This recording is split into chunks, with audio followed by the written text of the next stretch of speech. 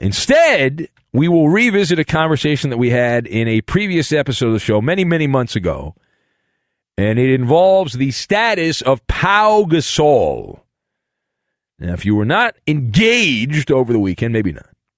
Gasol, who's no longer playing in the NBA, hadn't played in years, even the last part of his career he wasn't really playing, but Gasol recently revealed that he has spoken with some big cheese in Lakerland and the Bus family, and he implied that his number 16 jersey will have a retirement, that they're going to retire, the Lakers are going to retire Pau Gasol's number, and he has been given the green light.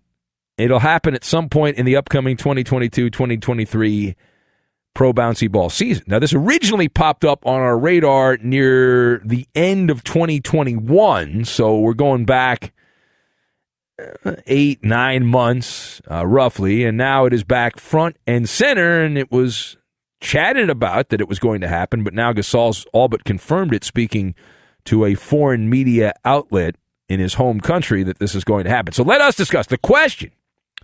Does Pau Gasol deserve to have his number retired as a Laker? And I, of course, am shaking my head. No, he does not. I've got Bullseye, Petty Cash, and Michelin. And we will connect all of these things together. So first of all, it needs to be, to retire a number, there are way too many numbers retired. It cheapens the number retirement. But it needs to be clear and obvious.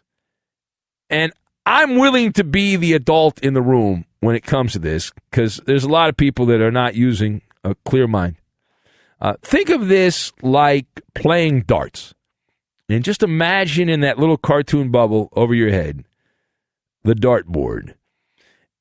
And you have that image? Okay, good. So in order to have a number retired, you have to hit right in the middle of the bullseye.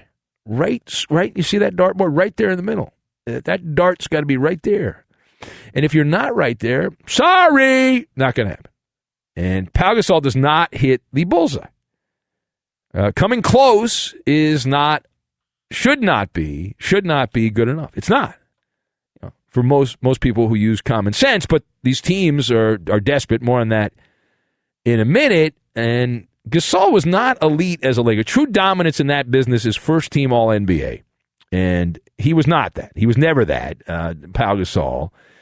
He never reached that rarefied air, all first team All-NBA with the Lakers.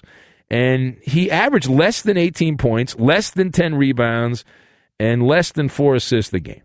That's the standard to get your number retired? Championships are a team award. They're not an individual award. We've been through that many, many times. Adults know that. Grown-ups know that.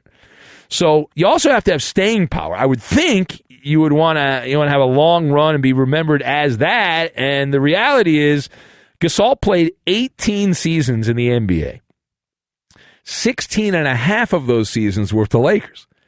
And he's as much, I remember him as a Memphis Grizzly when he was the Rookie of the Year when he came up with Memphis and was a star there on some pretty blah Memphis Grizzlies teams. But the reason he's going to end up in the Hall of Fame is because pretty much everyone ends up in the Hall of Fame in basketball. Look at the Pro Basketball Hall of Fame. It's the easiest Hall of Fame to get into by far. It's a laughingstock, the Pro Basketball Hall of Fame. But also you've got a longevity, so the numbers pile up because he played a long time. Secondly, you look at the Lakers, why would you do this? You don't need to do it. This is like something that a team like Sacramento or Memphis would do. You're the Lakers. And it's simple. Easy money, right? It's easy money. Another example of how pathetic the Lakers are. Heartstrings marketing 101, right? The Lakers are looking at another dumpster fire of a season. Most people that know basketball will tell you that. LeBron's old. Anthony Davis is Humpty Dumpty, fell off a wall. James. Russell Westbrook, who's still there for now, hanging on, and he's washed up. And maybe you'll get Kyrie Irving. Part-time Kyrie. Uncle Drew, the space cadet. It's the other option. So when the present and the future blow, which is what the outlook is for the Lakers, you flash back in time. You reminisce about the good old days. Rah, rah, the good old days. And, of course, the reality, though, is 2 words, petty cash. Petty cash. Right? Jeannie Buss cannot compete with the other owners when it comes to 401k. Lakers are a nickel and dime franchise. They're the franchise that took out a loan during the beginning of COVID. They're the franchise that took a loan out for mom and pop businesses and attempted to get it back. Only when they were ratted out, they tried to give the money back and said, oh, no, it was a mistake. Yeah. If nobody had called them on it, they would have kept the money. You want to bet on that? I'd bet yes. I'd bet yes. That's the Lakers. That's a cheap franchise. It's an embarrassing franchise with Jeannie Buss. Terrible owner. And so this is an example. The team's going to suck. They have no future. And so, let's bring Gasol in, and he's a second-line player. We'll retire his number, and it cheapens the number retirement.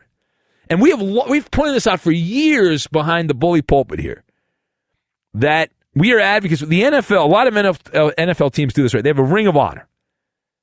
And you get the same benefits. You can sell the T-shirts. You can sell all the gifts and all that, and you retire the name, not the number.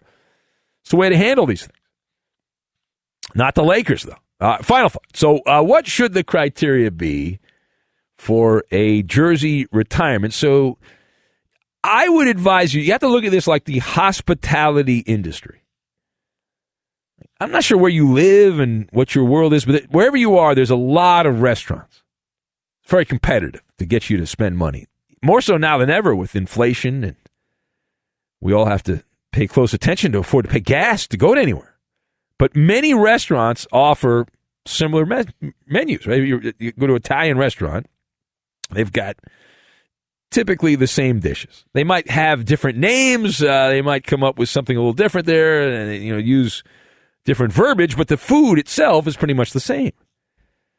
And so, if you think of it like the restaurant industry, I mentioned high standards. You got to have high standards.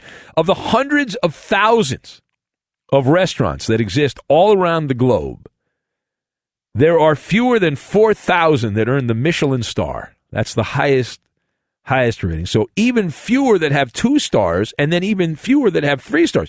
Pau Gasol is like a 1-star guy. That's nice. It's nice to have 1 star, a Michelin star. But in order to have your jersey retired, you should have to have a 3-star. That should be the threshold. And the Lakers have been very lucky that players want to play for them, good players, and they jerry-rig their way to the Lakers, and so they don't need to do this. Again, I go back to the point that this is something that a lesser team would do. And so I advise an intervention here. They can't help themselves. It's like the Lakers, Celtics, and Yankees are addicted to retiring numbers.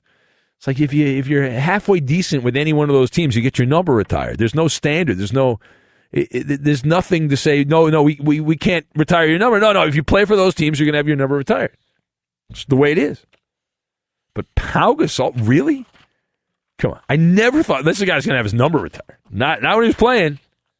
And he might end up, by the time he's done here, with 2 teams, the Grizzlies and the Lakers. I didn't think of him being that good. All right.